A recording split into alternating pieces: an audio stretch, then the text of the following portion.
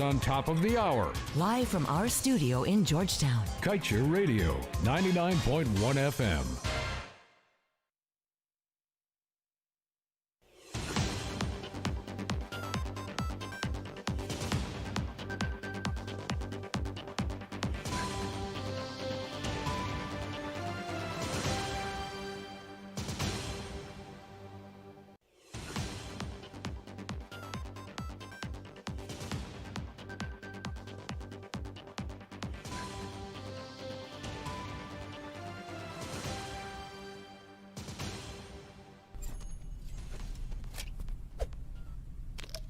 Drink and chew to the beat of Mogu Mogu with fun fruit flavors and real nata de coco bits. Mogu Mogu, you gotta chew.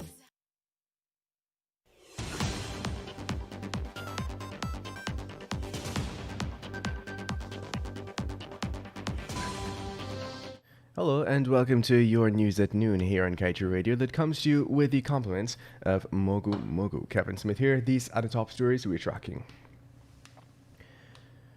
Guyana erred by allowing Exxon to dump toxic water into ocean. Former EPA head warns of rising temperature.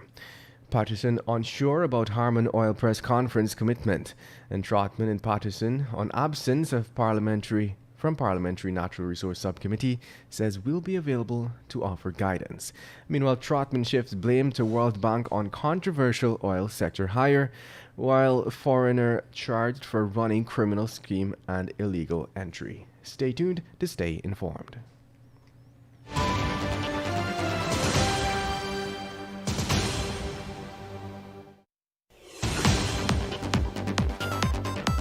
This Christmas, Shake to Win just got bigger! Now when you purchase our new bigger Digital Prime bundle and Shake to Win, you can choose your prize and share it with someone you love. So, shake more and share more! Share more daily prizes and guaranteed wins every Saturday. You can win laptops, cash, smartphones, credit, data, and so much more. Shake more, share more. Activate a Digital Prime bundle in the My Digital app and Shake to Win this Christmas. Child sexual abuse can stay with a person for life. It can rob them of their childhood. It's an unforgivable, unforgettable, despicable act. And yet, children suffer this abuse every day. During these times, we must keep a watch out for children. If you suspect child abuse, report it to the police without delay or call the CPA hotline on 227-0979. Protect children now. A message from the Child Care and Protection Agency, Ministry of Human Services and Social Security, and UNICEF.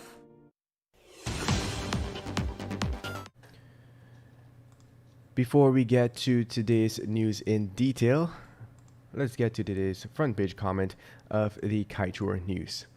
Race baiting. Just after the People's Progressive Party lost the 2015 elections, they quickly accused the new APNU-AFC coalition government of ethnic cleansing. Not a single case was, however, referred to the constitutionally sanctioned body, the Ethnic Relations Commission. Now, recent history has come full circle. Faced by increasingly embarrassing revelations about its giveaway of lands, both before and after it spent 5 months seeking to rig an election, the coalition, now itself in opposition, is making serious and strenuous charges about ethnic targeting.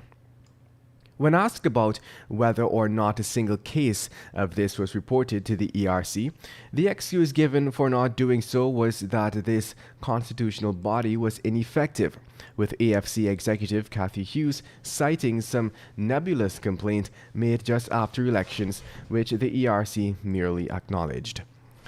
This is the same Hughes who around that time had made the perhaps equally credible complaint about secret Russians coming to Guyana to hack the elections and being deported. It is clear that the standard distraction of losing incumbents to avoid scrutiny of their corruption or wrongdoing by the new regime is to race bait. Both APNU and the FC, for example, have refused to speak to the particular charges of Bond's arrest and the surrounding issues of the massive land giveaway that took place under the Granger administration, even as it was defying the legal effect of the no-confidence vote and trying to illegally and indecently overturn the will of the people after losing the March 2nd elections. That such an irresponsible statement could come from the PNC would not be surprising, since it has been the PPP's complement and twin in exploiting racial division in this country. That it should come from the AFC is not surprising either, just further proof that the Party of Change has now become an appendage of its coalition partner.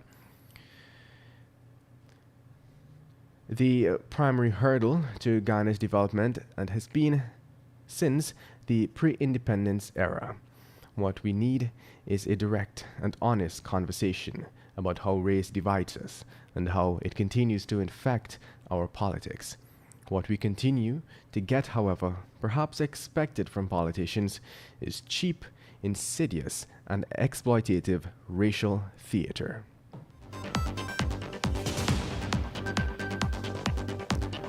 And now for the news in detail. Former EPA head Dr. Vincent Adams revealed that he was the person leading the charge that ExxonMobil should have in place the relevant technology to re-inject any and all toxic water extracted during the oil production process. Once he was out of the way, Exxon, it appeared, got its way, since it was not required to put in any technology for re-injection in place for the Payara project. In fact, the company's environmental permit states that it can go ahead with dumping toxic water into the ocean so long as it is treated to international standards. With this, Dr. Adams said he is of the firm belief that Guyana has made a great blunder. He said that the water is also hot because it's coming from deep beneath the seafloor. He went on to say that the temperature close to the Liza Destiny increases to approximately 38 degrees centigrade. He was keen to note that this can in fact impact the environment. Dr. Adams also stressed that the World Bank has set a standard that states that the first option for disposing of produced water must be re-injection. In other news, being the opposition's shadow minister with responsibility for oil and gas sector in the National Assembly, one would expect David Patterson to be au fait with the details of the opposition leader, Joseph Harmon's promised oil and gas press conference. However, it appears as if Patterson was left in the dark, as he seemed unsure on whether Harmon would be upholding his commitment at all. It has been more than a month since that promise was made by Harmon, and to date there has been no word on when that press conference would be held. And moving on, though being the most au fait with the oil and gas sector during their tenure in government, former ministers David Patterson and Raphael Trotman were not included on the Parliamentary Natural Resources Subcommittee. However, even in this absence, both men have given assurances that they will be ready and able to give support and guidance to the members of the said subcommittee. The question was posed to both Patterson and Trotman about whether they were disappointed and concerned about their exclusion from the parliamentary subcommittee. To this, both the former ministers replied in the negative. In his explanation, Trotman, who held the position of Natural Resources Minister, articulated that the party took the decision to allow quote-unquote fresher faces to hold the fort, while he and Patterson assumed behind-the-scenes roles. Let's tell you now that former Minister of Natural Resources, Raphael Trotman, still under case, yesterday said that the former David Granger government relied on the due diligence of Guyana's development partner, the World Bank, when it made their controversial hires of entities linked to ExxonMobil to consult on oil and gas matters which concern the supermajor. Several entities are linked to ExxonMobil, but were asked by the coalition government to review or produce content to regulate the major's work. Situations such as this tend to constitute a conflict of interest. Trotman said that when he was minister, he made attempts to engage law firms of the best quality, and that most of them responded that they weren't able to advise because they were, in fact, conflicted. Let's tell you now that a Nigerian man is charged for running a criminal scheme in which he allegedly swindled money from the pockets of several Guyanese and for entering Guyana illegally. The accused, Uche Raymond Okoye, was charged by Soku. He was slapped with 2 counts of obtaining money by false pretense, demanding money by menace, and having entered Guyana by crossing the land frontier with Brazil and not presenting himself to the nearest immigration officer. He denied that he obtained money by false pretense and that he entered Guyana illegally from Brazil through Latam. According to the police, Okoye is alleged to be a part of a criminal organization which seeks to fraudulently receive cash deposits from Guyanese victims. It is now 12 hours 10. Coming up after the break, Soku confiscates over $9 million from drug convict, and bond on bail for Peters Hall land giveaway scandal. Fraud charges expected soon. Join Glenn Lal himself on the Glenn Lal Show. Tell it like it is. Every Monday, Wednesday, Friday, and Sunday. Weekdays at 7:20 p.m. and Sunday at 7 p.m. Tell it like it is.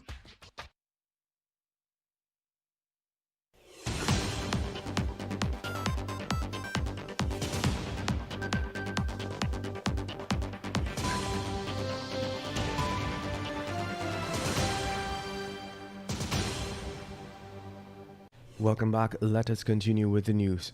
Soku earlier this month secured an order from the High Court to confiscate over $9 million in total from a drug convict on the grounds that the currency is the profits of crime.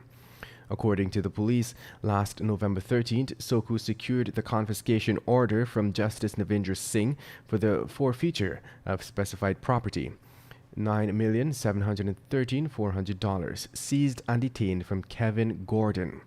3 years after he was charged for trafficking a quantity of cocaine, Gordon of Jib Housing Scheme Essequibo and his accomplice John De Silva, a farmer of Pomeroon River, were earlier this year sentenced to 2 years imprisonment and fined $99,701,700.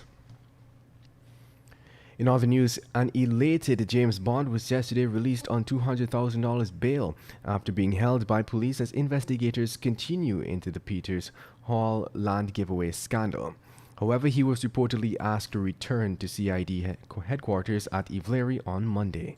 Bond, also an attorney, is at the center of controversy regarding his involvement in a multi-million-dollar land giveaway scandal involving prime state property at Peters Hall. He is accused of being the mastermind behind the land deals, which saw 30 acres of state land being transferred to Chinese national Jian Fenyu. Not only that, Bond was said to have also pocketed over $120 million from both deals. In other news, the AFC held a press conference yesterday, during which it accused the government of taking a series of racist actions discriminating against Afro-Guyanese and pandering to its Indo-Guyanese support base. Yet, when asked whether the party has made a representation to the ERC, former Telecommunications Minister Cathy Hughes cast aspersions on the ability of the Commission to produce results and only offered that the AFC will be participating in the ERC's announced virtual national conversation on improving ethnic relations. And moving on, the Ministry of Education will be investigating the recent claims of the alleged bullying and discrimination of students at the Bishop's High School by their teachers. This was revealed by Minister of Education Priya Manik Chand. Recently, allegations surfaced from both past and current students of the institution on social media, claiming that they would have been bullied by teachers during the course of their school years. The bullying included using derogatory terms while referring to students, sexism, homophobia, harsh punishments, and being publicly embarrassed, according to the students. In other news, a 54-year-old vendor was yesterday found motionless with gaping wounds to the throat and wrist behind a shack at Wismar Housing Scheme in Linden. The deceased is identified as Dwayne Williams of Wismar Housing Scheme. The nephew of the deceased reportedly said that Williams had visited him and his mother, where he spent some time, then later informed them that he was leaving to go home and cook. The nephew further reported that he received some information about 5:45 yesterday from persons in the area that his uncle was seen lying behind a shack. According to Region 10 Commander Hugh Winter, no arrest has been made so far. The investigation is still ongoing. It is now 12 hours 14. Now for a COVID-19 update. According to Worldometer, the number of worldwide coronavirus cases has reached 62.1 million, with worldwide deaths at 1.4 million and recovery cases at 42.9 million. Locally, the Ministry of Health yesterday reported 34 new COVID-19 cases, increasing the total number of confirmed cases to 5,310. 4 persons are in the COVID-19 ICU, 83 are in institutional isolation, 802 are in approved home isolation, and 55 are in institutional quarantine. The COVID-19 death toll remains at 149, while 4,272 persons have recovered from the virus. The Oriala and Siparuta villages have been placed under a 2-week lockdown in light of a surge of COVID-19 cases. The 2 villages share a village council, the Oriala Siparuta Village Council, which ordered the lockdown on the 2 villages. An official of the Ministry of Health said that the villages recorded over 50 positive cases, which led to the village council implementing the lockdown. The lockdown, which began yesterday, is expected to curb the further spread of the virus as the village council seeks to exhaust every option to contain the virus. And coming from CNN, the CDC Advisory Committee will vote Tuesday on the very first people to get a COVID-19 vaccine once one gets emergency authorization. The US FDA intends to make a decision about authorizing Pfizer and BioNTech's coronavirus vaccine within a few weeks of a key meeting scheduled for December 10th. Meanwhile, Friday marked the 25th consecutive day the US reported more than 100,000 new COVID-19 cases. And that brings us to the end of today's News at Noon. Remember, the news came to you with the compliments of Mogu Mogu. I am Kevin Smith. Thank you for listening.